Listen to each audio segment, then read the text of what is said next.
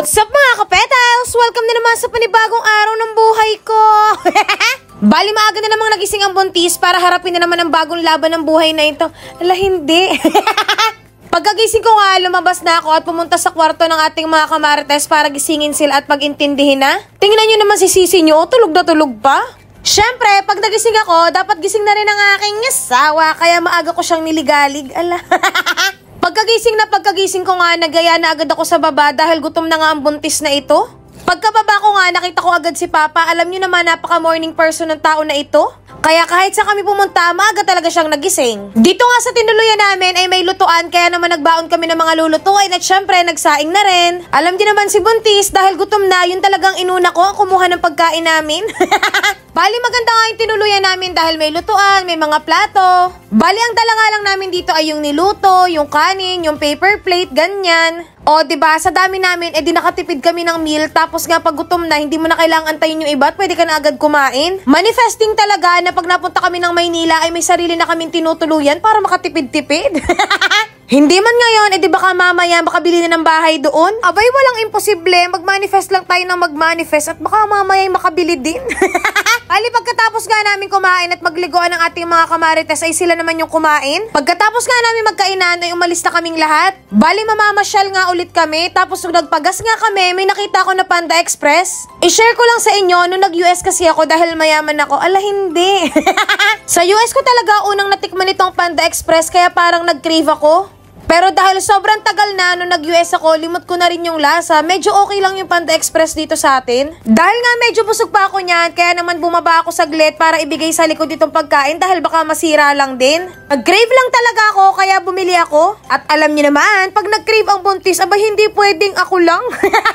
Comment nyo na nga kung anong cravings dyan sa baba at pipili nga ako ng papadalhan ng cravings. Aba naman, alangan namang itong buntis na mayaman lamang. Habang on the way nga kami sa Tagaytay, nakakita naman ako ng stand dito ng mais. Parang ang sarap at napaka-fresh. Kaya naman nagpatigil ako at umorder kami dito.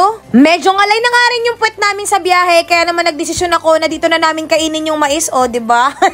Sobrang thank you Lord lang din talaga dahil nakakapag-banding kami kahit napaka-busy naming magpayaman sa buhay.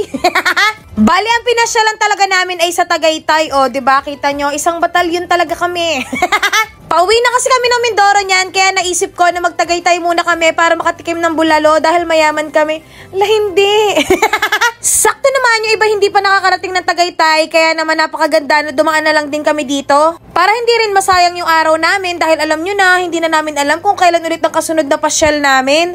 At saka sobrang nakakatuwa na hindi lang pamilya namin na nakaka-experience ito, lahat ng ating mga kamarites at kasama sa buhay. At syempre, alam nyo na, sagot ng mayaman to, o ba naman?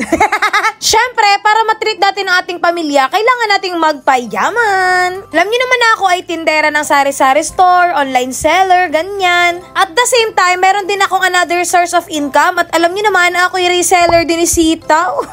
Napakadali nga lang din talagang gamitin ni Sitaw, basta ikaw may cellphone at internet, laban na yan.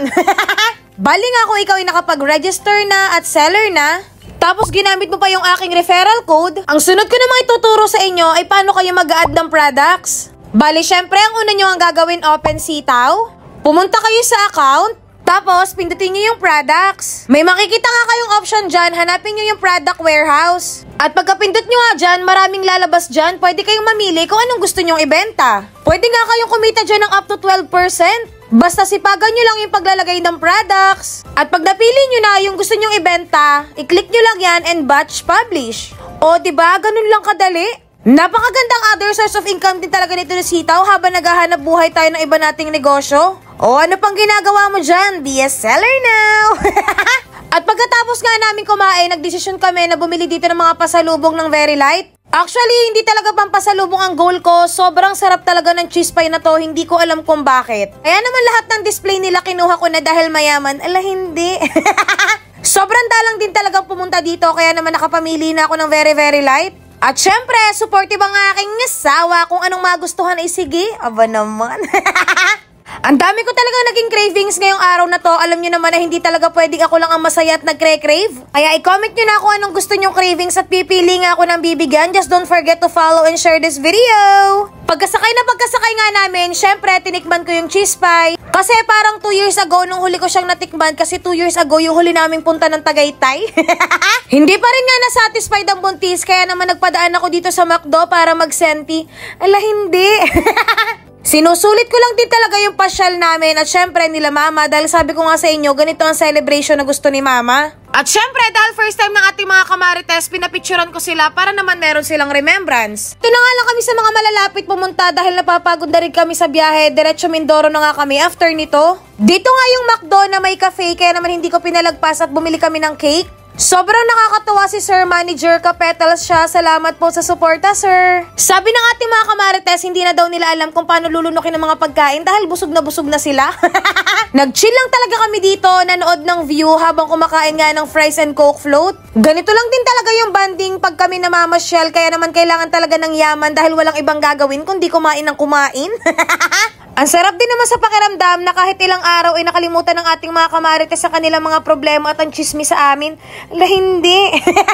Dahil nga umakyat kami sa 3rd floor, ayaw na nilang umakyat ng hagdan. Busog na busog pa daw sila, kaya naman ang ginawa namin ay pinadalhan na lang namin sila ng fries and float doon sa baba. At kita nyo naman ang tatay ko, abay nakipagmaretesa na din. O siya, comment nyo na ang cravings sa diyan at pipili na nga ako at masyado ng busog ang buntis na ito. Thank you Lord sa araw na ito.